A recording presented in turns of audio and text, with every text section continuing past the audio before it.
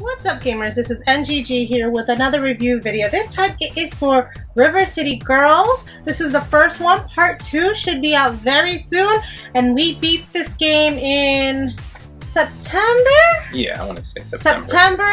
And we want to tell you all about it because we are probably going to get the next one to play. The next one is going to be online co-op. Unfortunately for us, this is a offline game, so local multi-co-op, 2-player for the most part only. So definitely a game that we will talk about, and we will let you know what we thought about it. So first, let's get into story, because this is a beat 'em up, so it's mostly gameplay, but let's get into the story first.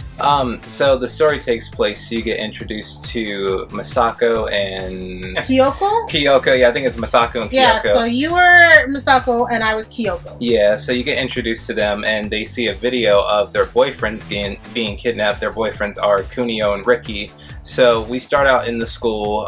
They kind of go through like a tutorial stage, like how to attack, and then you get introduced to the statues once in a while.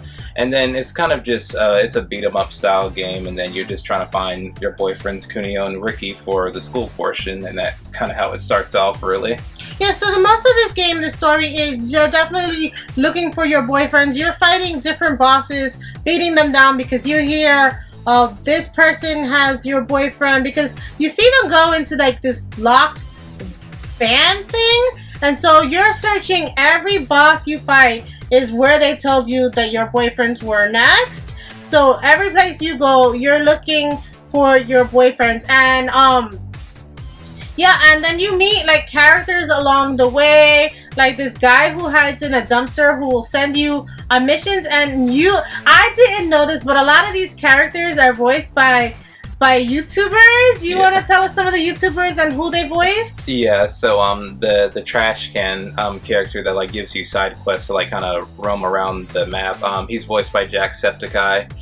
You might hear like familiar YouTube voice actors in this game, like Jacksepticeye. You have Rubber Ross, you have Dan and Aaron from Game Grumps, and like there's a lot of YouTubers like Nate Wants to Battle, Christina V. Like this video game is full of YouTuber online voice actor talent, so a lot of content creator influence when it comes to the voice cast of this game. It's really fun. Which was fun. I mean, I don't know a lot of these people, but it was fun to watch you like, hey, I know who that is. Hey, I know who that is. That was a fun experience playing it. It was also, so let's get into gameplay. So I will start with gameplay. So this is my second beat 'em up. I played Scott Pilgrim vs. the World, and this is my second beat 'em up. I was super excited to get this one in my hand because of the music soundtrack attached to it. I really liked a lot of the music. A lot of it's probably copywritten because it has singing, so it's very much a beat 'em up. You have to gain money from everybody you beat up. You go into these shops, you buy foods, you buy clothes. I think that was what I liked better than with Scott Pilgrim, because in Scott Pilgrim you always have to go back to World 1 to get the food, and in this one they had different stores along each route where you could buy food, clothes, things to level your character up. I was dying a lot, so he had to revive me a lot. So you can talk about how that was in terms of the gameplay. Yeah, the revival system, if you're playing it 2 players, whenever your partner is down, if you get to them in a certain amount of time before their soul leaves their body, you can stomp on them with the X button, and as long as you ground pound their body where their soul connects, they can come back with like half their health at least, and then you can go through the rest of the match. If you don't revive their soul or your partner in general, if you leave a section and then come back to that same section, as long as you're not locked in, it pretty much resets. You might lose some money from gaining all your health back, but it's a lot easier than Scott Pilgrim, and it's a lot more fair and a lot more simpler compared to the difficulty of Scott Pilgrim, so I had a lot of fun playing this more. Yeah, and with my character Kyoko, yeah. She had a move where, like, so X is the button you're supposed to press to bring them back to life, but my X, if I had like, because there are people trying to beat you up while you're trying to revive them, So while I was trying to revive him, people were coming, and if I would press any arrow key, she would do a dodge roll mechanic move, and I couldn't beat him back to life. For some reason, you didn't have that problem, but I'm like trying not to get hit, trying to stomp you back to life, and I was getting my double cracker letter beat down. We also had, like, there were lots of different kinds of mechanics in this game, so it's not just a beat 'em up.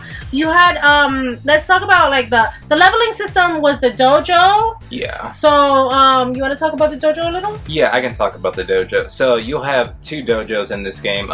It's just 2. They're voiced by Dan and Aaron from Game Grumps. So how leveling up works in this, you can learn new moves by beating up enemies, and you can also learn moves by buying it from the dojo. Going to the dojo costs currency or money as you get through the game, but some of those moves are only exclusive to the dojo. It's a lot of new skills to kind of run around and unlock. I know for me, I maxed out my my dojo thing. Like, that was where I spent, like, he spent his money on food, yeah, and always reviving me, so he always had life, and I was like, nah, I want to kick everybody's butt, so I'm just gonna grab these different moves. So I try not to add I would have probably been best doing a mixture of the 2, but I definitely just, like, grabbed all this stuff from the dojo and got all, like, these different moves, like, so I could fly across the stage hitting people, roll, tuck and roll, punches. It was super fun playing this game with a lot of different move sets that they had. They also had different, like, we got stuck at this one scene that it was platforming. And guys, if you know me, I hate platforming. I'm no good at it. It's not that I hate it because I just don't like it. I'm just no good at it. And there was this one part of, like, we had to find the security guard. Yeah, we had to get we had to get the key to open the mall so that we can go in, because that was our next destination, was through the mall. And oh my, I was so hard carried on that scene. You want to talk about it a little bit?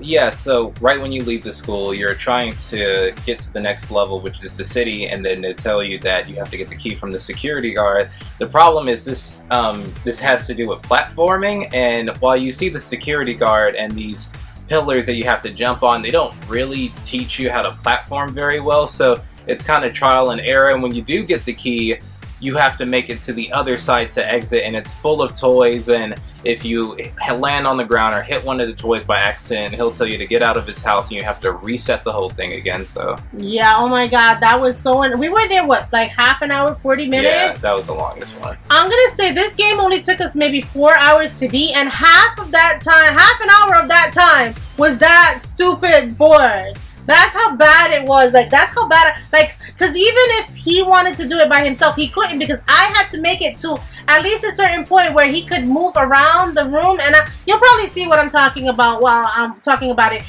To move around the room, and I couldn't make it. I couldn't make it to the other side. I couldn't help him, and I felt like I was holding you down while we were doing that board. Oh my god.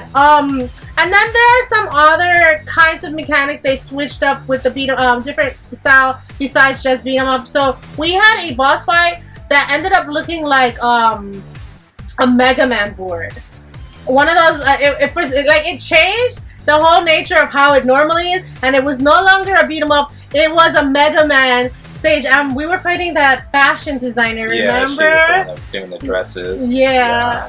And oh my god, that was annoying. I mean, with 2 of us it was good, because like we were both on opposite sides. Right. So like we wouldn't, you know, when she was targeting one of us, the other one was trying to hit her. Yeah. And that's how we were able to. I feel like this is definitely play 2 players. This is so much fun with 2 players. I don't know how we would have done it with just 1 player. It'd be a lot harder with 1 player, I'd say that much.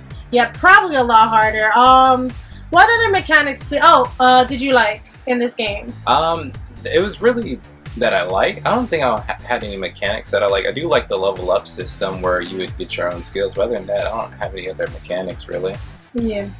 And I know you could go to the store and buy different clothing as well, and that would you would buy like a watch would Like if you were fighting a lot of male characters, it would do like if you bought a bustier, it would do something. If you were using a watch, you would students would be weaker. So like you could change your accessories to fit the kind of people you were. So we were constantly accessory switching so that we could be at optimal for the people we were fighting. I don't know that made a difference. Did you ever feel like it made a difference? I did with the status elements. I feel like with the cell phone, with switching between if I'm fighting male characters or female characters or students, I feel like it made a difference just because I felt like my hits did more, and not only that, but depending on which gender I was against, I feel like I was a lot faster too. So I feel like it made a difference, and that's kind of probably why they switched between different male and female characters you fight within the open world. So yeah.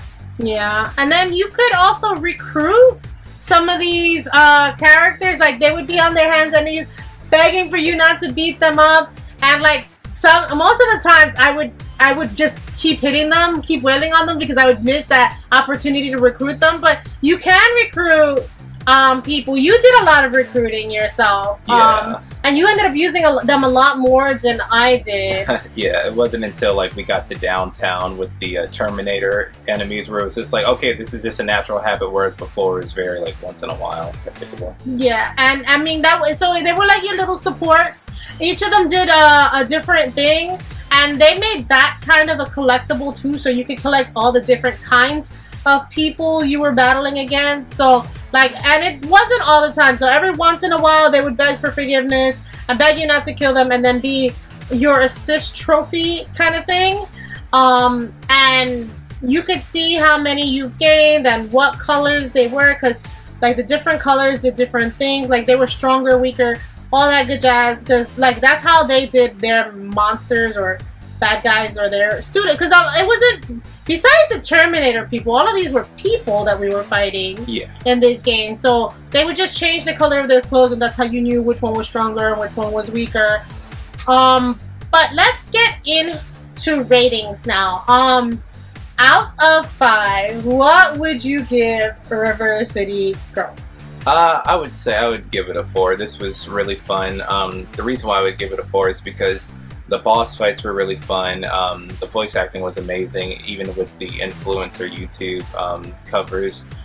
Music was really nice. I had a really fun time. Difficulty wasn't so bad, but that was also because me and you played together, so it was 2 people playing instead of 1. And another reason why I give it a 4 is because I really liked the story. I thought the story was very funny and cute and unique. The only reason why I wouldn't give it a 5 is because it's very short. It's not a particularly a long game. I kind of, as soon as you feel like you're getting the hang of everything, kind of just ends abruptly. And other than that, I thought it was a fantastic game. And other than the length of it, that's why I give it a 4 out of 5. Right. So I was gonna say the similar-ish, but mine's is 4.5. And everything because I had fun playing with you. It was a very, very short game, and I think most beat 'em ups are short, and maybe that's just what we're not used to, because I don't know if this is your second beat 'em up as well, right? Yeah, second. At least I actually beat this one. Yeah, so this is our second beat 'em up. So I think generally I see everybody beat the beat 'em ups in like 6 to 10 hours. So that just may be a beat 'em up thing. But I did find it kind of short. I wish it was longer. We got some extra characters at the end that, like, if you wanted to run through New Game Plus, you could with these different characters. But at that point, we were just done with the game. But they do have 2 extra characters that you could get at the end if you beat the game with all the statues. So you gotta find those statues, guys, because you get a special ending with extra characters added to your roster. So definitely a 4.5 for me. I really, really, really enjoyed the game. It was just way too short. 4 hours was just not enough of a gameplay time for me, because this game was super fun. The music was great. I never felt like I was being bombarded with enemies. Like, it was never too hard, and when it was too hard, it was generally always my fault that I wasn't attacking or I wasn't hitting in the right places. But I did have so much fun playing with you. You want to tell everybody where we can find you? Yeah, so my YouTube channel is Divine Cummings Voiceover. You can find me on YouTube on Divine Cummings Voice Acting on YouTube. and Divine Coming voiceover is all of my ads on all social media platforms, and also in the description of this video as well. Yep, links are always in the description below. I hope you guys enjoyed this review video of River City Girls. River City Girls 2 is coming out soon. I am going to be waiting for my physical, but if you guys enjoy it, hopefully this will be online and we can all play together. Happy gaming, guys. Bye.